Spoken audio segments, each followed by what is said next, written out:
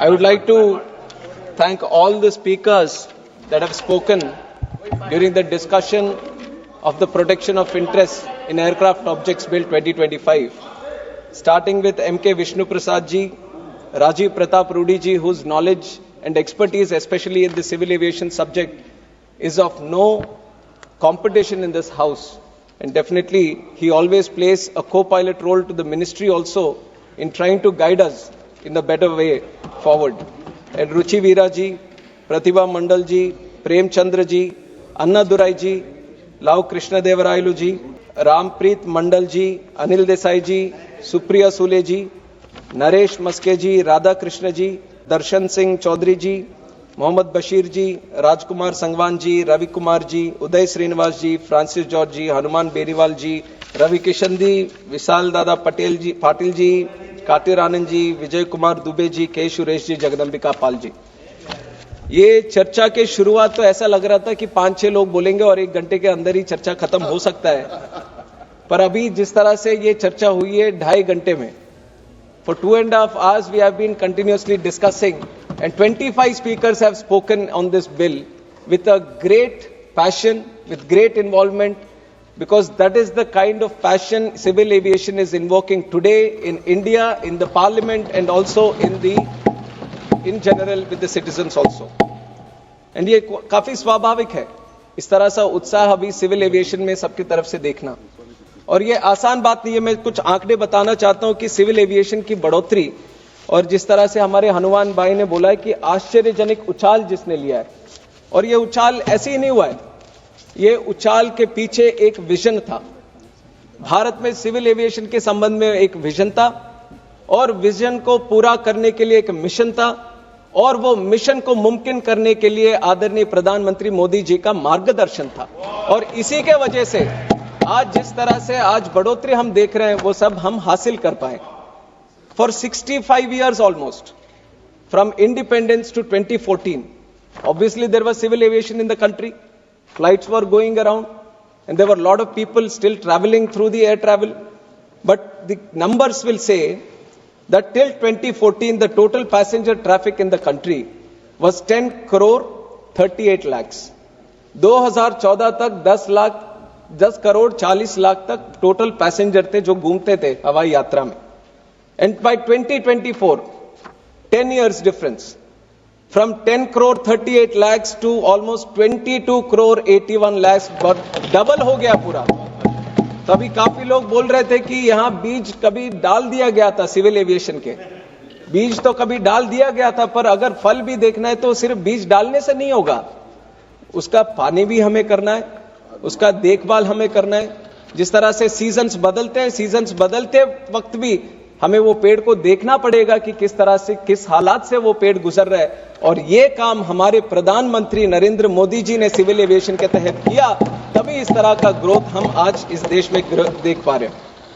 Passenger की growth double हुई, और जिस तरह से हमारे एयरपोर्ट्स थे, again up to 2014 we had 74 airports in the country, और आज 2024 में अगर हम देखेंगे 159 एयरपोर्ट्स, और मैं जब बोल रहा हूं 2 और एयरपोर्ट अभी खुलने के लिए तैयार है. हमें डेट प्रधानमंत्री जी का जैसी मिल जाए तो वो भी हम खोल देंगे और 159 को 161 भी कर देंगे. तो ये एयरपोर्ट्स की भी अगर संख्या देखेंगे तो पिछले 10 साल में वो भी डबल हो गए. Airports have doubled in the last 10 years. Passengers traveling through air have doubled in the last 10 years. And most importantly, the number of aircrafts also, which was around 340 in 2014, now if you come to 2024, there are 840 aircrafts in the country. That is giving an indication of how much demand civil aviation is creating in the country also. Now with all this demand, I keep saying these numbers again and again because it is not an easy thing to do, the kind of growth we have seen in civil aviation in the country. You check with any other country, there are so many countries across the world. No other country has seen this kind of progress or this kind of growth. किसी और ने इतने सारे airports कोई और देश बना नहीं पाया. कोई और देश में जिस तरह से ग्रोथ, पैसेंजर्स की ग्रोथ हुई है, कोई और देश दिखा नहीं पाया. ये सिर्फ भारत में हुआ है और भारत के यशस्वी प्रधानमंत्री नरेंद्र मोदी जी के विजन के कारण हो पाया. और पिछले 10 साल में मैं बता दूं, सिविल एविएशन के जो हालात थे वो उतने आसान हालात भी नहीं थे. Civil aviation में there were lot of challenges in the country. To start with, in 2019, Jet Airways, जो इतने लंबे हद तक हमारे देश में चल रहा था और काफी प्रीमियम एयरलाइन था, लोगों से भी काफी जुड़ा हुआ एयरलाइन था और काफी सिटीज को कनेक्ट कर रहा था, जेट एयरवेज की बैंक्रप्सी हो गई. Jet Airways went out of picture. 2023 another airline, Go Air, that also went out of picture. Now within 10 years, two major airlines having a great capacity and great aircraft fleet, they have gone out of functioning. And more importantly, in these 10 years itself, the biggest hit any industry can see, and especially civil aviation, which was COVID. COVID भी इसी 10 साल के अंदर ही हुआ है. For 2 years, the whole flight travel industry, let it be air, rail, sea, everything, service industry, everything was just suddenly stopped, and it led to a lot of financial distress in all the overall economics of all the country also. Now, even with these challenges, I am telling you that we have grown with a CAGR of more than 12% in the country, and this is the civil aviation growth that we are seeing today. And it is very important that the growth that we are seeing till today needs that continuous push, because as far as the government is there, as far as the ministry is there, this is just the beginning. The growth that you are seeing in the country is just the beginning. अभी तो ये शुरुआत है, अभी और भी काम हमें करने पड़ेंगे. और उसी केस में हम ये बिल भी आज लेके आए ताकि सिविल एविएशन को जिस तरह से नरेंद्र मोदी जी ने पिछले 10 साल में आगे बढ़ाया, उसको वही स्पीड, वही मोमेंटम हम आगे भी बढ़ाते रहें. और ये सिविल एविएशन का आज जो बिल हम लेके आए, केप टाउन कन्वेंशन है इसका शॉर्ट फॉर्म, जो protection of interest in aircraft objects bill जहां से हम लेके आ रहे हैं वो केप टाउन कन्वेंशन था. साउथ अफ्रीका केप टाउन में 2001 में ये एक मीटिंग वहां पे हुई. दुनिया के सारे कंट्रीज वहां पे मौजूद थे और उसका कारण ये था, एयरलाइंस का जो एयरक्राफ्ट लेने का बिजनेस था वो मॉडल थोड़ा बदल रहा था. पहले तो ऐसा था, एयरक्राफ्ट्स वो खुद ही परचेज कर रहे थे, उसमें कोई दिक्कत नहीं है, अपने पैसे लगाकर खुद खरीद रहे थे, पर उससे कॉस्ट बर्डन बहुत ज्यादा बढ़ रहा था. The burden of buying planes on your own and having them in your inventory was putting a lot of pressure on the financials of the airlines. So one innovative model came out, which was the leasing model. कि airlines बोल रहे हैं कि मैं खुद खरीदूंगा नहीं, कोई और खरीदेगा तो उसके पास मैं लीज ले लूंगा, और वो लीज लेने के लिए बीच में बैंकर भी रहता है या क्रेडिटर भी रहता है, तो पैसे कहीं से आ रहे हैं, प्लेन किसी और के पास है और चला कोई और रहा है. और ये जो 3-4 स्टेक होल्डर्स हैं इस पूरे लीजिंग, इसमें वो सारे अलग अलग देशों में बैठे होते हैं और हर देश का ऐसा ज्यूरिसडिक्शन रहता है, वहां के लीगल प्रोविजंस रहते हैं, वहां के अलग लॉस रहते हैं. और जब आप इंटरनेशनल ज्यूरिसडिक्शन से ऐसे डील करते हो, कई सारे समस्या आते हैं कि ये लीजिंग इंडस्ट्रीज को स्ट्रीमलाइन करने के लिए. और 2001 में इसी कारण के साथ उन्होंने सोचा कि आज सिविल एविएशन एक कोई देश का सब्जेक्ट नहीं है बट ग्लोबल सब्जेक्ट है, और ग्लोबली सिविल एविएशन को ग्रो करना है तो हमें कोई कॉमन ज्यूरिसडिक्शन लेके आना पड़ेगा जिसको सारे एग्री करें, तो सबके पास ये लीजिंग करने का एक मौका मिलेगा, सारे इंप्रूव करेंगे अपने अपने सिविल एविएशन अपने देश में. तो 2001 में ये जब केप टाउन कन्वेंशन आया, उसमें 3 अलग अलग प्रोटोकॉल भी बनाए थे. एक तो एयरक्राफ्ट का ही था, दूसरा स्पेस टेक्नोलॉजी के बारे में एक प्रोटोकॉल बनाया था, और तीसरा रेलवेज के बारे में भी बनाया था.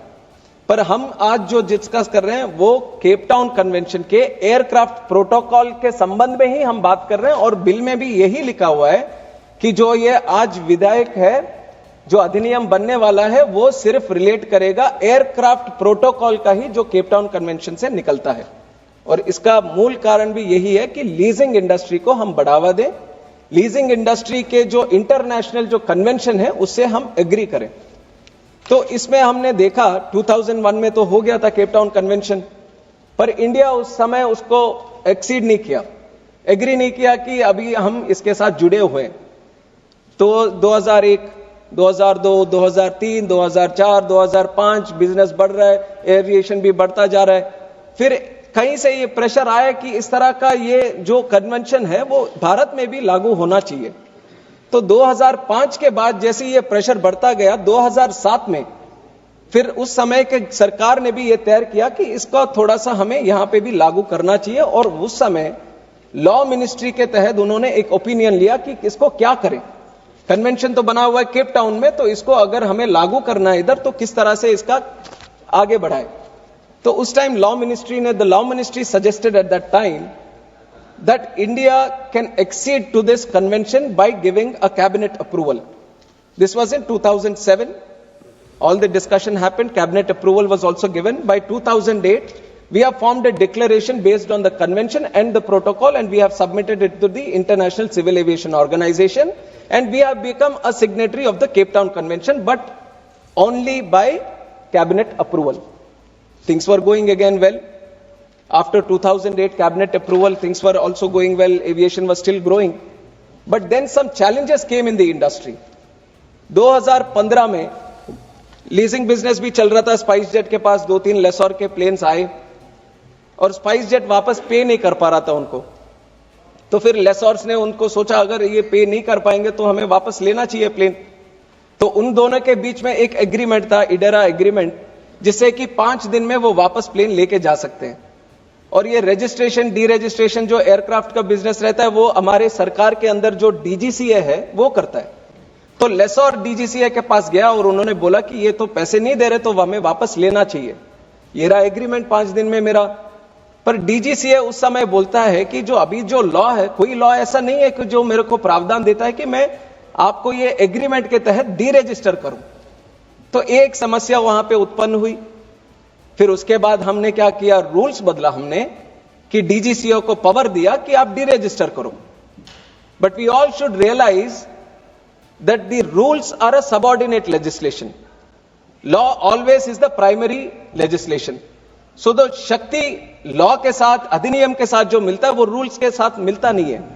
पर उस समय का एक हालात निकला तो उसको सोचा कि इसका कुछ जुगाड़ निकाल के वो करते हैं, उसमें रूल्स में कर दिया। 2015 में उस समस्या का कुछ निकल गया। फिर 2016 में हमारी सरकार ने सोचा इंसॉल्वेंसी एंड बैंक्रप्सी कोड भी लेके आएंगे। जब कोई कंपनी बैंक्रप्सी हो जाती है तो उसको प्रोटेक्ट करने के लिए, उनके इंटरेस्ट को प्रोटेक्ट करने के लिए एक कोड होना चाहिए। तो इंसॉल्वेंसी बैंक्रप्सी कोड आई, तो उस कोड में एयरक्राफ्ट भी था। तो उस सेंस में एयरक्राफ्ट कैसे डील करेंगे, अभी लेसोर का प्लेन है। अभी एक चीज हमें समझना है कि एयरलाइन अगर वापस पे नहीं करता बैंक्स को पैसे और डिफॉल्ट हो जाता है, तो बैंक अगर प्लेन रखेगा, प्लेन जबकि इनका है ही नहीं, प्लेन तो किसी और के साथ लीज पे आया है। अब वो लीज जो जिसने दिया है वो दुखी होता होगा कि मेरा प्लेन उनके पास रुक गया। तो इस ऐसे बहुत सारे छोटे छोटे समस्या उत्पन्न हुई जिनका समाधान निकालने की जरूरत बहुत बड़ी थी। और आईबीसी भी इस तरह के चैलेंजेस बीच में डाल रहे थे एयरलाइन लीजिंग इंडस्ट्री में। फिर 2019 में जैसे मैंने बोला जेट एयरवेज का प्रॉब्लम आया, जेट एयरवेज फिर निकल गया। जेट एयरवेज के समय जो लेसोर्स ने प्लेन दिए थे वो काफी उत्सुकता के साथ पहले ही उनको पता चला कि इस तरह के हालात हो सकता है। तो इंसॉल्वेंसी एंड बैंक्रप्सी कोड को इंप्लीमेंट होने से पहले, जब एनसीएलटी को मॉरेटोरियम देना था उससे पहले ही उन्होंने डी रजिस्टर करके प्लेन लेके चले गए। और फिर 23 में जब गो एयर आया, लेसोर इंडिविजुअल भी हो सकता है, कंपनी भी हो सकता है। लेसोर जिसके पास ओनरशिप है प्लेन का उसको मैं लेसोर बोल रहा हूं। और 2023 में गो एयर का एग्जाम्पल फिर आया। अब गो एयर जब हुआ तो गो एयर के समय एनसीएलटी थोड़ा सा और आगे आते हुए उन्होंने बोला कि अब कोई प्लेन कहीं कोई डी रजिस्टर नहीं होगा, कोई कहीं नहीं जाएगा, और उसको इधर ही रखा, पूरे मॉरेटोरियम के साथ उनको बंधा रखा इधर ही। तो लेसोर के पास जिनको सिर्फ इतना ही था कि उन्होंने प्लेन लीज पे दिया, उनको कुछ गलती नहीं थी, पर उनको प्लेन नहीं मिल रहा था। पर ये सब क्यों कह रहा हूं, क्योंकि लेसोर क्यों इंपॉर्टेंट है हमारे लिए। अब लेसोर इस तरह के हार्डशिप्स फेस करेगा अगर किसी को देने के लिए, तो इसीलिए एक केप टाउन कन्वेंशन का एयरलाइन एविएशन वर्किंग ग्रुप एक पूरे विश्व में बना हुआ है, जिसमें लगभग 400 एयरलाइन है, ओईएम्स हैं जो एयरक्राफ्ट्स को बनाते हैं, और बहुत सारे बड़े बड़े एविएशन से रिलेटेड कंपनी, वो सब मिलकर एक ग्रुप बनाए, एयर एविएशन वर्किंग ग्रुप। और वो हर क्वार्टर में केप टाउन कन्वेंशन का कंप्लायंस एक इंडेक्स निकालते हैं, स्कोर निकालते हैं कि किस तरह से ये इस देश में क्या स्कोर है।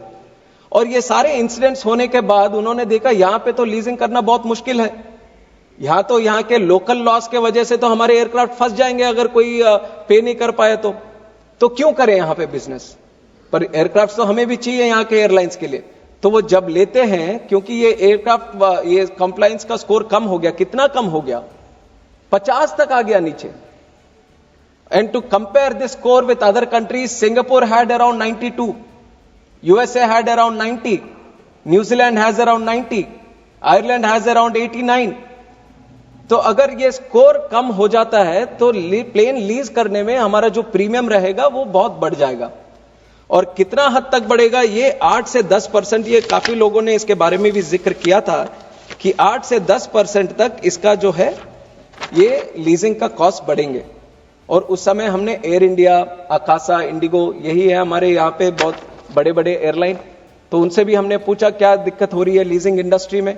तो एयर इंडिया ने बोला, upon the enactment of legislation the improvement in India's compliance score in AWG's outlook making Indian airlines eligible for CTC discount will significantly reduce leasing cost by approximately 8 to 10%। Air India कह रहा अगर ये अधिनियम आ जाएगा तो हमें जो lease लेने में हमारा जो स्कोर बढ़ेगा तो 8 से 10% कम हो जाएंगे। इंडिगो की यही है कि हो सकता है कि 15% तक कम हो जाए। आकाशा बोलता अगर ये नहीं है तो $15,000 पर महीने हमारे लीज के रेट बढ़ जाएंगे, और ये डॉलर के हैं, $15,000 के रेट, और एडिशनल 15 करोड़ US$ पर एयरक्राफ्ट उसका भी आगे देने की नौबत आएगी। तो ऐसा है कि अगर लीजिंग का स्कोर कम हो गया तो इस तरह के हालात पैदा हो जाएंगे जहां पे आपको लीजिंग करने में बहुत सारी दिक्कत होंगी। और इंडिया का ऐसा मार्केट है, अभी ज्यादातर डिस्कशन भी चल रहा था, कुछ तो सीमित थे बिल के संबंध में, और बाकी सब तो ज्यादा 2 चीजें पे थे। एक तो है कि जहां पे एयरपोर्ट है वहां पे कनेक्टिविटी चाहिए, जितना अच्छा कनेक्टिविटी उतना अच्छा वहां एयरपोर्ट से कनेक्टिविटी चाहिए, और दूसरा है कि एयरफेयर्स बढ़ते जा रहे। तो इन दोनों का सबसे मूल समस्या यह है कि जितना डिमांड आज भारत में है उतने प्लेन्स नहीं है। तभी तो हमारे एयर इंडिया हो, इंडिगो हो, आकाशा हो या कोई और एयरलाइन हो, अभी 1700 प्लेन अभी ऑर्डर में है और बाकी है अभी आने के लिए। अभी इस तरह का डिमांड नहीं है तो क्यों ऑर्डर करेंगे ये लोग सारे इतने सारे plane? Because India has that kind of demand, they have ordered up to 1700 planes today, and the rate of which the planes are coming into the country are up to 5 to 10 only, क्योंकि Covid के बाद उसके supply chain के उसके issues हैं, तो plane बन के आने में बहुत समय लगता है। तो 1700 प्लेन्स अगर हम बोलें कि 5 से 10 हर महीने में आ रहे तो ये 1700 कब तक आए? पर एयरलाइंस के मन में है कि इतना बड़ा डिमांड है, हमें इतने सारे प्लेन्स चाहिए। अब तुरंत अगर प्लेन्स हमें लाने पड़ेंगे तो लीजिंग ही एक मौका है कि लीजिंग कहीं किसी के पास है तो तुरंत लेके आए। और लीजिंग का प्रीमियम आप इतना बढ़ा दोगे क्योंकि यहां पे संविधान उसके हिसाब से नहीं है, उसके लॉस इतने यहां पे प्रोटेक्टिव नहीं है, तो उसके लीजिंग कॉस्ट बढ़ जाएंगे। कोई देने के लिए भी तैयार नहीं रहेगा, तो प्लेन्स उतने जितने चाहिए उतने आएंगे नहीं, और जो आएगा वो भी बड़े दाम पे आएगा। तो एयरलाइंस का तो जैसे आपको पता है वो तो बिजनेस का वो है, तो जैसे उसका वो लीजिंग कॉस्ट बढ़ेगा उसका वो तैरते तैरते तैरते वो पैसेंजर पे ही पड़ेगा। अब फिर एयरफेयर्स का वही डिस्कशन चलता रहेगा।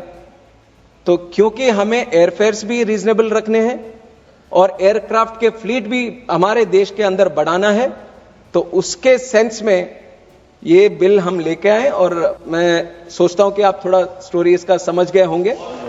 तो इसका मेन कारण हमें ये बिल लेके आने के लिए इतना है कि हमें AWG ग्रुप में जो स्कोर है उसको हमें बढ़ाना था। 50 से अभी काफी 61 तक आया, पर अभी जैसे ही आप सब लोग विपक्ष भी काफी साथ दे रहे हैं तो आप भी साथ देके इसको पारित कीजिए, तो पूरे विश्व में बहुत अच्छे से स्कोर हम भारत बना पाएंगे और हम भी ज्यादा से ज्यादा प्लेन तुरंत लेके आ पाएंगे। इसके बहुत सारे अच्छे अच्छे वो हैं, जैसे कॉस्ट एफिशिएंसी मैंने बोला है, कम कॉस्ट में आप ज्यादा प्लेन लेके आ सकते हैं, तो बर्डन जो एयरलाइंस पे रहेगा वो कम होगा, और फ्लीट एक्सपेंशन जो है तुरंत कर सकते हो। इतना मैन्युफैक्चर करके जल्दी लाने में बहुत दिक्कत होगी, पर लीजिंग करते रहो तो जल्दी जल्दी आपके फ्लीट को आप और एक्सपैंड कर सकते हो। और ऊपर से एक है कि ये एयरफेयर्स का जो मैंने बताया है, और ऊपर से हमने केप टाउन कन्वेंशन को तो पहले ही सिग्नेटरी बन चुके हैं। और केप टाउन कन्वेंशन के जब ऑलरेडी आप एग्रीमेंट में हो तो अच्छा है, उसको और सशक्त करके एक अधिनियम एक भी बनाए और इसके तहत हम आगे बढ़े। तो इस केस में मैं जरूर चाहूंगा कि जो भी यहाँ पे उपस्थित है सारे पूरी हाउस इसके अनुरूप में सब वो करें। तो जैसे कि ये पूरा बिल का विषय था, तो बिल जरूर हमें सबको पारित करना चाहिए, इंडस्ट्री को सपोर्ट करना चाहिए, जो कि पूरा इसका बेनिफिट अल्टीमेटली हमारे आम नागरिक को, पैसेंजर को भी मिलने वाला है। और हवाई चप्पल से हवाई जहाज का सफर वो बिल्कुल हवा वाली बात नहीं है, ये बिल्कुल सच करके हमने पिछले 7 साल में दिखाया है। और जो भी हमारे प्रतिमा मंडल जी हो या फिर यहाँ पे हो, ये सब आज एयरपोर्ट की मांग करते हैं और एयरपोर्ट की कनेक्टिविटी की करते हैं। अगर आज भी ऐसे ही होता, ये एविएशन इंडस्ट्री या एयरलाइन की यात्रा अगर बड़े बड़े लोगों की होती तो और बड़े बड़े लोग उस शहर में रहते तो शायद मांगते कि 5 स्टार होटल यहाँ पे बनाए, पर वो नहीं मांग रहे। वो सब लोग मांगते हैं कि एयरक्राफ्ट चाहिए, कनेक्टिविटी चाहिए, एयरपोर्ट चाहिए, क्योंकि इन सब चाहते हैं कि आप तो आम नागरिक के लिए बात करते ना यहाँ पे, आप सब लोग चाहते हैं कि कॉमन मैन की बात यहाँ पे करें। तो आपकी भी आपने बात सुनी, आपने बोला कि एयरपोर्ट चाहिए, कनेक्टिविटी चाहिए, नया एयरपोर्ट भी चाहिए। तो जरूर यहाँ सदन में जो भी उत्सुकता से बोलते हैं, आम नागरिक की बात होती है और सिविल एविएशन आज सबके मुंह से निकल रहा है, सबके मन से निकल रहा है, तो जरूर आम नागरिक चाहता है कि आज सिविल एविएशन का आगे बढ़ाए और एविएशन को बढ़ाए। और ये 10 साल में हुआ है। आपके विषय पे भी आएंगे, आपके विषय पे भी आएंगे। तो थोड़े बहुत जो अलग अलग उसमें किए हैं, नेवेली एयरपोर्ट का मांग किया था, नेवेली का लिग्नाइट कॉर्पोरेशन, उनका अपना एयरपोर्ट है, वहां उड़ान स्कीम, और उड़ान स्कीम ऐसा रेवोल्यूशनरी स्कीम है हमारे देश में। काफी हमने एक एशिया पैसिफिक कॉन्फ्रेंस भी किया था, जहां लगभग 40 कंट्रीज के 40 देश के लोग भी यहाँ पे आए थे, और उस समय हमने उड़ान की उनको समझाया कि किस तरह से हमारे यहाँ पे ग्रोथ हुई और उसका कारण उड़ान था। तो सभी ने अप्रिशिएट किया कि इस तरह का स्कीम कोई देश कहीं पे नहीं चला पाया, आपने चलाया और इतना अच्छा कनेक्टिविटी आप दे पाए। और यहाँ पे हमारे गोपाल जी है दरभंगा के, दरभंगा में 2020 से पहले कभी किसी का सपना नहीं था कि वहां पे एयरपोर्ट बनेगा, और हमने इतना बढ़िया एयरपोर्ट उड़ान स्कीम के तहत दरभंगा में बनाया। आज दरभंगा में बिल्कुल खाली नहीं है, और ऐसे उड़ान स्कीम के तहत हमने 88 एयरपोर्ट्स डेवलप किए हैं भारत में। 88 एयरपोर्ट से अब जहां पे भी हर स्टेट में कहीं ना कहीं उड़ान के तहत हमने एयरपोर्ट भी बनाया, और उड़ान के तहत हमने वायबिलिटी गैप फंडिंग देकर वहां पे कनेक्टिविटी भी शुरू की। और मैं मानता हूं कि अभी डिमांड जिस तरह से है कि और भी चाहिए, और ये आपकी जो चाहत थी, मैंने आपकी चाहत को आगे बढ़ाया और प्रधानमंत्री जी को भी बोला कि 10 साल तक जो था उड़ान का स्कीम, उसके तहत काफी हमने आगे बढ़ाया, पर अभी लोग चाहते हैं कि और इसको आगे बढ़ाए, और प्रधानमंत्री जी माने। और अभी जो फिलहाल बजट स्पीच में था, हमारे आदरणीय वित्त मंत्री निर्मला सीतारमण जी ने बोला कि आगे 10 साल के लिए भी उड़ान रहेगा, और आगे 10 साल में 120 नए डेस्टिनेशन भी भारत में हम बनाएंगे। और जो उत्तर पूर्वी है या हिल स्टेट्स है या एस्पिरेशनल डिस्ट्रिक्ट्स है, वहां पे हेलीपैड का भी सुविधा वहां पे हर डिस्ट्रिक्ट में करने वाले हैं। तो इस तरह का तो पंचमढ़ी का भी आ जाएगा, उधर इसी में कर देंगे। तो नेवेली का हमने बताया कि वहां पे 16 करोड़ खर्च करके उड़ान के स्कीम के तहत करा है, और उसका प्रोजेक्ट कंप्लीशन डेट है 31 जुलाई, और हम जरूर उसको पालन करेंगे और उसके तहत ही हम पूरा करेंगे। और वेलूर का एयरपोर्ट जो बार बार कहते हैं सरकार अच्छा नहीं लगता और हम अच्छे लगते हैं, अभी तो सरकार भी आपको अच्छा लगने लग जाएगा कि वेलूर एयरपोर्ट में 56 Vellore airport we have spent 56 crores. The only thing, the boundary wall is pending right now. Once the boundary wall is done, we will take due compliance, and by August 2025 we will make the airport operational. And there is already through Udan a route which is bid and ready to be operated. So we will push the airlines also to start the route immediately. So this is for Veloor Airport. Gorakhpur में 24 hours की बात की गई। गोरखपुर का ऐसा है, defence का airport है, और प्राइमरी रेस्पॉन्सिबिलिटी डिफेंस का रहता है। जब डिफेंस से हम मांग कर सकते हैं, पर डिफेंस ऐसा है कि काफी उनका कॉन्फिडेंशियल उनका वो रहता है, सिस्टम रहता है, पर अगर वो सुविधा देते हैं सिविलियन ऑपरेशंस के लिए तो जरूर उसका आगे बढ़ाएंगे।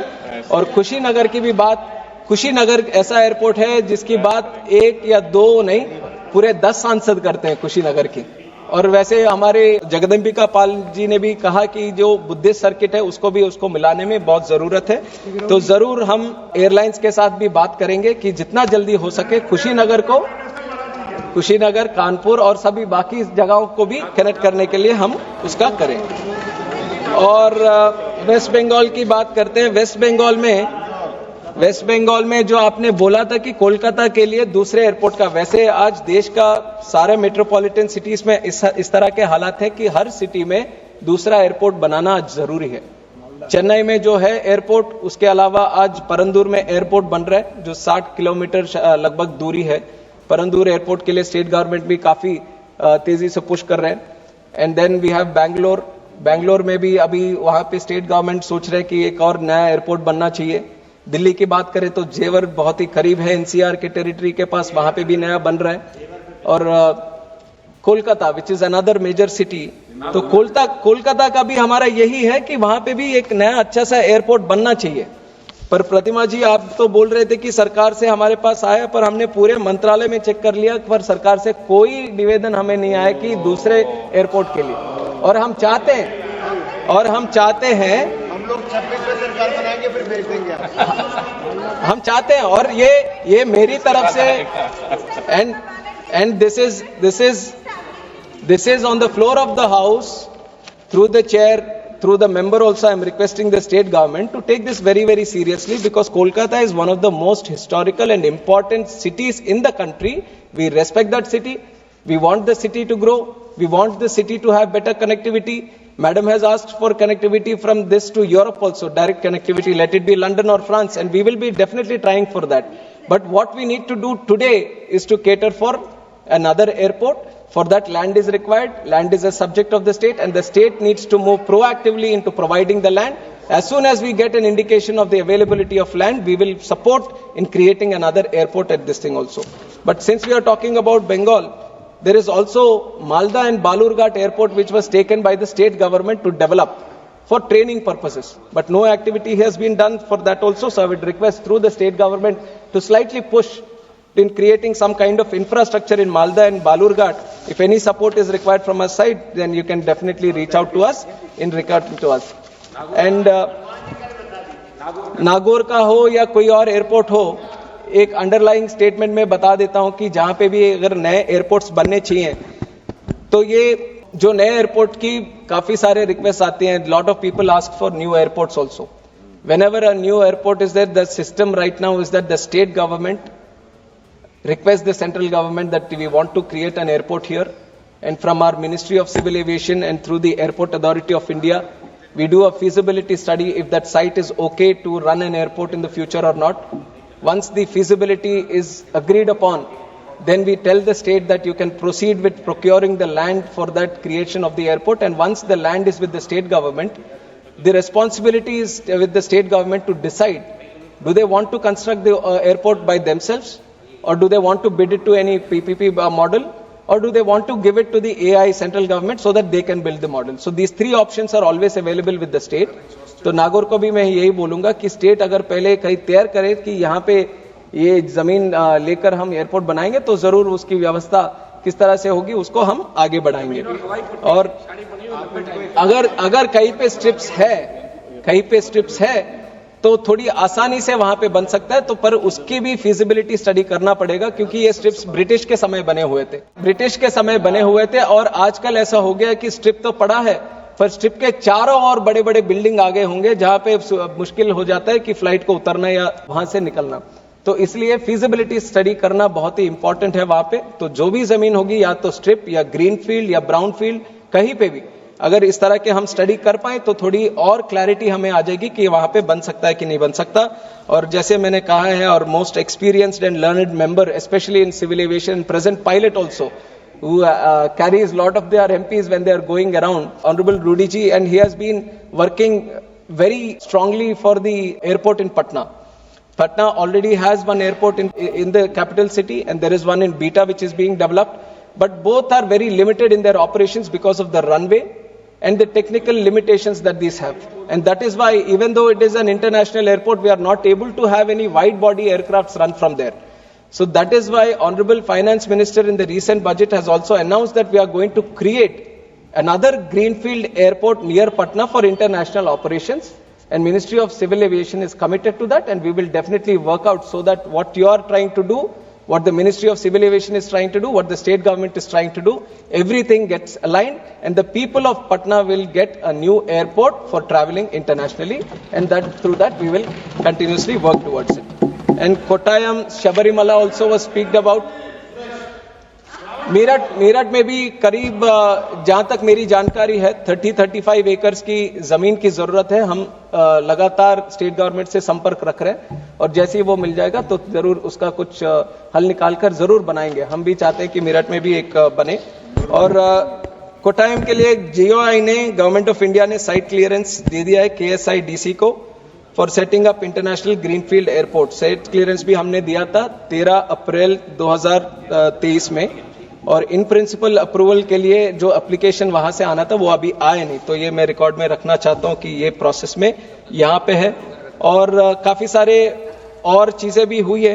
और मैं देखता हूं कि Shabarimala only, I just told. Shabarimala only we have sent site clearance, but in principle approval which is supposed to be coming from the state government, we have not received that yet. And SAF is one important aspect. SAF we also want to push. SAF के लिए है sustainable aviation fuel, ये greener way of generating fuel है, क्योंकि काफी चर्चा इस पे भी होती है. जो एग्जिस्टिंग ATF है उससे प्रदूषण बहुत ज्यादा होता है और ये ऊपर ही ऊपर रहता है, तो उसके कारण एयर पोल्यूशन भी काफी ज्यादा होता है. इंटरनेशनली बहुत बड़ा सब्जेक्ट बन गया है. ये आदरणीय प्रधानमंत्री जी के आशीर्वाद से हम दावोस भी गए थे, उसमें पार्टिसिपेट किया, तो वहां पे भी जो भी सेमिनार, जो भी समिट हम अटेंड कर रहे थे उसमें पूरी बात SAF की ही हो रही थी. और वहां पे भी हमने बोला कि इंडिया कमिटेड है अपने प्लैनेट को बचाने के लिए, एनवायरनमेंट को बचाने के लिए. जरूर हम आगे आते हैं और काफी सारे काम 10 साल में हमने किया है और एविएशन के तहत भी हम आगे बढ़ाएंगे. और एक नंबर अगर मैं बता दूं कि लगभग 80 एयरपोर्ट्स, हमारे जो एयरपोर्ट्स हैं कंट्री में, पूरे सोलर एनर्जी के बेसिस पे, रिन्यूएबल एनर्जी पे आज चलते हैं. फुल 100% चलते हैं 80 एयरपोर्ट्स तक. और अभी आगे इसी महीने, इसी साल के अंदर, by the end of 2025 we want to cross 100 airports also. तो इस सस्टेनेबिलिटी में भी काफी काम कर रहे हैं. पर ये जो मैंडेट हमने कॉर्सिया का एग्री किया है कि 1% फॉर इंटरनेशनल ट्रैवल जो रहता है उसका 1% ऑफ फ्यूल हम SAF मिलाएंगे. और SAF में ये चैलेंज है कि अभी जो है फिलहाल जो इंटरनेशनल ट्रैवल की रिक्वायरमेंट है 250 करोड़ लीटर्स ऑफ ATF, और इसका हम अगर 1% करेंगे तो 2.5 करोड़ लीटर्स. तो ये 2.5 करोड़ लीटर्स जनरेट करने के लिए भी जो प्लांट्स चाहिए, जो टेक्नोलॉजी चाहिए, अभी से शुरू करेंगे तो तब बनेंगे. तो we also want to encourage the market to come more into this. Government is proactively looking into this. This is in coordination with ministry of civil aviation and ministry of petroleum and natural gas. Hardeep Singh Puri ji, वो तो इधर भी रह चुके हैं, यहाँ के भी मंत्री रह चुके, तो मेरे से ज्यादा समझ है उनको. दोनों साथ में मिलकर काम कर रहे हैं कि SAF को इंडिया में और एंकरेज करें. इसमें एक चैलेंज, क्योंकि काफी उत्साह रखते हैं इस संबंध में, मैं बता दूं कि ये SAF को सर्टिफाई कौन करेगा. और हम तो अपना बनाए, क्योंकि ये जाएगा एयरक्राफ्ट में, और एयरक्राफ्ट ऐसा नहीं है कि एयर इंडिया हो या फिर इंडिगो हो. एयरक्राफ्ट तो हो सकता है एयर फ्रांस का हो, एयर फ्रांस का बोलेगा मेरे को फ्रांस वाला सर्टिफाई करे कि ये SAF है, और कोई ब्राजील का बोलेगा कि मैं अपने तरह से सर्टिफाई करूंगा ये SAF के कि नहीं, मेरे इंजन में जा रहा है. तो सर्टिफिकेशन जो इंटरनेशनल प्रोसेस है वो भी थोड़े से डिस्कशंस में है कि किसको कौन सर्टिफाई करेगा और कहां के सर्टिफाई लोकेशंस होंगे और किस टेक्नोलॉजी से बनेंगे. पर एक सही ये चीज जो है SAF के तहत, SAF का जो रॉ मटेरियल जो यूज करते हैं, जो फीड स्टॉक यूज करते हैं, जो फार्मर प्रोड्यूस हो या फार्मर का वेस्ट हो या कुकिंग ऑयल का वेस्ट हो, इस सबसे यूज करके हम SAF बना सकते हैं.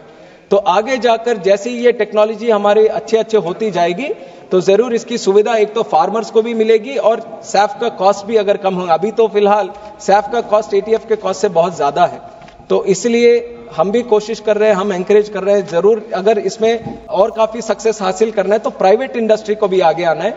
हमने अपनी मिनिस्ट्री की तरफ से, मिनिस्ट्री ऑफ पेट्रोलियम की तरफ से भी एक वर्किंग ग्रुप बनाया और बार हर क्वार्टर में इसका एक वो भी कर रहे हैं. और हम चाहते हैं कि मार्केट में भी ये बात जाए कि हम सरकार की तरफ से SAF को बढ़ा रहे हैं ताकि और उत्सुकता से साथ इसके अंदर आए.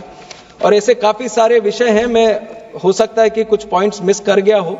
बट ज़रूर मैं अवेलेबल रहता हूं हर सेशन के टाइम पे, या सेशन ना हो तब भी मैं अवेलेबल रहता हूं। कोई भी बात हो तो ज़रूर मेरे तक पहुंचाएं। मुजफ्फरपुर, बिहार और इंदौर के नए टर्मिनल, मेरे को लगता है ये अपने गैलरी से नहीं, पीछे से ही आ रही है। यही से आ रहा है। ये सब सप्लीमेंट्री हो गया। हर चीज पे एक चीज और बता दूं कि जो भी रिक्वेस्ट मेरे पास आता है, पत्र के रूप में हो या पर्सनली कोई बात कहते हो या फोन पे भी अगर कोई विषय हो, right from having a problem when they are going and traveling in the aircraft or their airport or air connectivity or anything related to civil aviation, definitely I put in my 100% effort so that I can give that priority to all the members of the parliament. I have been a member of parliament for last 10 years. I know what they go through. I know what kind of challenges they have. So I am truly there with all the issues that you present to me, and each and everything is duly noted. We do the due correspondence.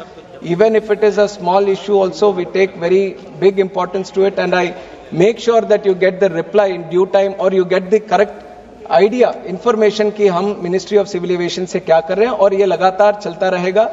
हम सब मिलकर ये civil aviation को और आगे बढ़ाना है। इसी तहत आप जिस तरह से सपोर्ट दे रहे हैं उसका सपोर्ट आगे भी देते रहे। सिविल एविएशन एक ऐसा होने वाला है जिस only by looking at the planes that are coming, मैंने बोला 1700 तक अभी ऑर्डर है। एक प्लेन के लिए करीब 15 to 20 पायलट चाहिए अगर उसके रूट सारे करने हो तो अगर 15 to 20 कर रहे हैं और 17,000 कर रहे हैं तो लगातार 30 से 30 to 34,000 पायलट्स ही चाहिए होंगे ये नेक्स्ट 10 to 15 ईयर्स। और हम कितना जनरेट कर पा रहे हैं? एवरी ईयर सीपीएल लेते हैं करीब 1600 लोग सीपीएल कमर्शियल पायलट लाइसेंस लेते हैं। तो इस तरह करते जाएंगे तो हमें एफटीओस के भी, फ्लाइट ट्रेनिंग ऑर्गेनाइजेशंस की भी बहुत ज्यादा जरूरत है, और फ्लाइट ट्रेनिंग ऑर्गेनाइजेशंस हम बनाने के लिए भी बहुत कोशिश कर रहे हैं। और एक अच्छा आइडिया था कि जहां पे पट्टी हो, सिर्फ पट्टी हो, वहां भी ट्रेनिंग इंस्टीट्यूशंस खोले। तो इस तरह की कोशिश भी हमारे मंत्रालय से हम कर रहे हैं। एक तो ये पायलट्स भी हमें जनरेट करने पड़ेंगे, पायलट्स के साथ साथ इसमें जो ट्रेनिंग लगता है, इतने सारे वर्टिकल्स रहते हैं एयरपोर्ट में। एक अंदाज के लिए एक नंबर अगर मैं बता दूं, करीब हैदराबाद का जो एयरपोर्ट है, जीएमआर एयरपोर्ट, हैदराबाद की जिस तरह से आज कनेक्टिविटी है, हैदराबाद एयरपोर्ट में ही डायरेक्ट एंड इनडायरेक्ट लगभग 8 लाख लोग काम करते हैं वहां पे। 8 lakhs of people working in just one airport, direct and indirect. आपके पार्किंग हो गया, उबर जैसे वो टैक्सी का हो गया, फिर सिक्योरिटी हो गया, अंदर जाते ग्राउंड हैंडलिंग हो गया, कंसेशनर हो गया जहां चीजें बेचते हैं, और उधर टेक्निकल टीम हो गई, पायलट्स हो गए, क्रू हो गई। और आप देखते देखते आप देखेंगे कि इतने सारे वर्टिकल्स हैं और करीब 8 lakh people working in one airport. तो ये एयरपोर्ट ऐसा ही चीज नहीं है कि एक इधर से उधर घुमाने की चीज है, ये एक इकोनॉमिक जनरेटर है, एक एक्टिविटी जनरेटर है, जॉब क्रिएटर है। तो जरूर सबका ये प्रयास रहना चाहिए कि अपने अपने जगहों पे अगर जमीन है, अगर उस तरह का वो अपॉर्चुनिटी है, तो जरूर आप लोकल गवर्नमेंट के साथ भी काम करके एक एयरपोर्ट खोलने का जरूर वो प्रयास करें। वो आज के लिए नहीं, अगले 10 साल 20 साल में जरूर आप सबको वो काम आने वाला है। तो इसी के साथ मैं अपने भाषण खत्म करना चाहूंगा और सबको फिर से मैं धन्यवाद देना चाहूंगा जिस तरह से आप सबने मेरे लिए पूरी तरह से आशीर्वाद दिया और पूरी तरह से समर्थन किया। और मैं चाहता हूं कि इसको बिना कोई ऑपोजिशन के साथ इसको पारित किया जाए। Thank you. Clarification after Honorable Minister's reply, Shri Nishikant Dubey ji, आप तो पहले खड़े हुए हैं। आपने अभी कहा कि 1700 एयरक्राफ्ट अलग अलग कंपनियों ने ऑर्डर किए हैं, वो आने वाले। संजोग से रूढ़ी जी यहां बैठे हुए हैं। एयर इंडिया और इंडियन एयरलाइंस दोनों प्रॉफिट में था, और इसी फ्लीट एक्सपेंशन के चक्कर में एयर इंडिया और इंडियन एयरलाइंस डूब गई, खत्म हो गई। फाइनली सरकार को उसको बेचना पड़ा। मेरा सभापति महोदय आपके माध्यम से मंत्री जी से यह प्रश्न है कि जिन लोगों ने फ्लीट एक्सपेंशन के लिए हवाई जहाज के ऑर्डर दिए हैं और इस बिल के बाद जो लीजिंग बिजनेस में उनको फायदा होने वाला है, क्या उनके पास इतना पैसा है? और ये जो हमने उदाहरण दिया, क्योंकि एक उदाहरण ये है कि जेट तब डूबा जब से उसने फ्लीट एक्सपेंशन के लिए इत्तेहाद के साथ अपना समझौता किया। सारा खरीदा उसने, डक्कन खरीदा, मतलब किंगफिशर ने डक्कन खरीदा, तो ये जो फ्लीट एक्सपेंशन का जो चक्कर है, इसमें हम एयर इंडिया और इंडिगो से भी हाथ धो लेंगे या आकाशा से हाथ धो लेंगे। मेरा आपके माध्यम से यह है कि उसको मंत्रालय ने देखा है या नहीं देखा है, क्योंकि ये हमारा विषय है। दूसरा, सभापति महोदय, पेट्रोल अलग है, डीजल अलग है, किरासन तेल अलग है। ये सभी स्टेट उसके ऊपर टैक्स देता है, क्योंकि एटीएफ ही एक ऐसा है जो मंत्री जी ने उस दिन जवाब में कहा कि 45% कॉस्ट जो है किसी भी जो किराया है उसमें एटीएफ का कॉस्ट 45%। और सबसे ज्यादा तबाही जो है इस देश में, हवाई जहाज का एस्पिरेशन तो है, सब चाहते हैं कि हवाई जहाज हो, लेकिन किराया भी कम हो, जिसके लिए कृष्णा ने भी बोला। तो एटीएफ एक ऐसा चीज है कि एक हवाई जहाज जो है एक जगह नहीं चलता है। जैसे दिल्ली से चलता है तो वो मेरे यहां देवघर जाएगा, देवघर से जाएगा तो कलकत्ता जाएगा। तो ये ऑल इंडिया जो है ये उसका बिजनेस है। तो क्या एटीएफ के बिजनेस को आप जीएसटी के अंदर में ला पाएंगे? और नहीं ला पाते हैं तो उसके पीछे क्या समस्या है? क्योंकि एटीएफ पेट्रोल और किरासन तेल नहीं है। और थर्ड, जो एफटीओ है, इसी हाउस में मेरे देवघर एयरपोर्ट के लिए एफटीओ अनाउंस हुआ, मंत्री ने आश्वासन दिया, लेकिन आज तक 4 साल में वो एफटीओ नहीं बन पाया है। क्या हमारे देवघर में वो बनेगा? 2-3 विषय है। एक तो जो है कि क्या पैसा है एयरलाइंस के पास इसको लेने के लिए, सब ये अलग तरीका का एक लीजिंग मॉडल भी बना है अब, SLB, sale and lease back model, और ये इंडिगो काफी अच्छी तरह इसको करता है। इंडिगो जब 100 प्लेन अगर एक साथ ऑर्डर कर ले, 200 प्लेन ऑर्डर कर ले, तो मैं बस एग्जाम्पल के लिए बोल रहा हूं, एक प्लेन अगर 100 रुपए का मिलता हो, तो अगर 100 प्लेन आप साथ में लेते हैं तो एयर बनाने वाला भी बोलता है चलो आप एक साथ ले रहे हैं तो डिस्काउंट ले लीजिए। हो सकता है उनको 50% भी डिस्काउंट मिल जाए। जो 100 का प्लेन था 50 में मिल रहा है, वो 50 पे प्लेन ले लेता है वापस, और 100 प्लेन जो है वो 50 पे ले रहा है। अब जो 10,000 होना था वो अभी 5,000 ही है, और ये 5,000 ये प्लेन इनका खर्चा हुआ, और ये 100 प्लेन आगे वही सेल कर देता है। और ये अब सेल करता है क्योंकि वो अगर कोई बंदा सीधा जाके ले तो उसको 100 में मिलता है, पर इनको मिला 50 में। पर ये जब सेल करेंगे तो 70 पे कर सकता है, 80 पे कर सकता है। तो इनको already just in this transaction 20 या 30 रुपए का इनका ऑलरेडी ये प्रॉफिट हो गया।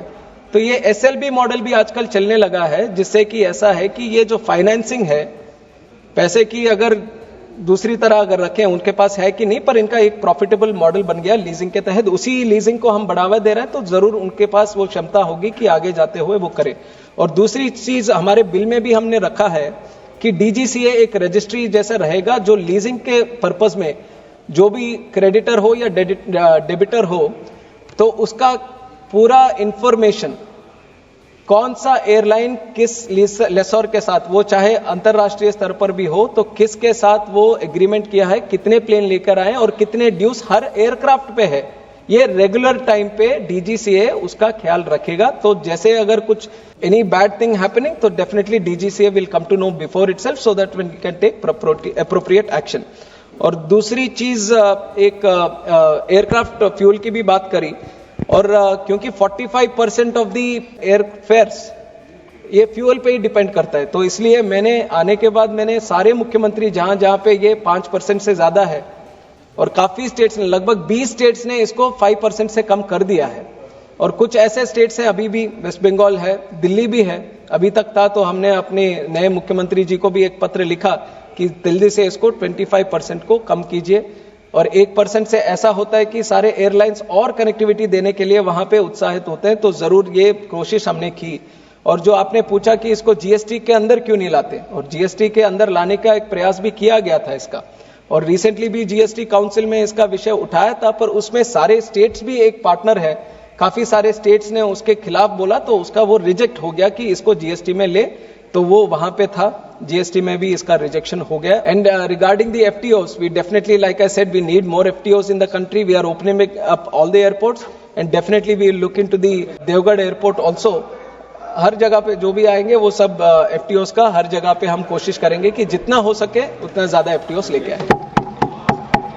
मंत्री अब यह प्रस्ताव करें कि विधेयक को पारित किया जाए। अध्यक्ष महोदय, विधेयक को पारित किया जाए। प्रश्न यह है कि विधेयक को पारित किया जाए। जो सदस्य इसके पक्ष में है वो हाँ कहें, जो सदस्य विरोध में है वो ना कहे। मेरे विचार में निर्णय हाँ वालों के पक्ष में हुआ, हाँ वालों के पक्ष में। प्रस्ताव स्वीकृत हुआ और विधेयक पारित हुआ।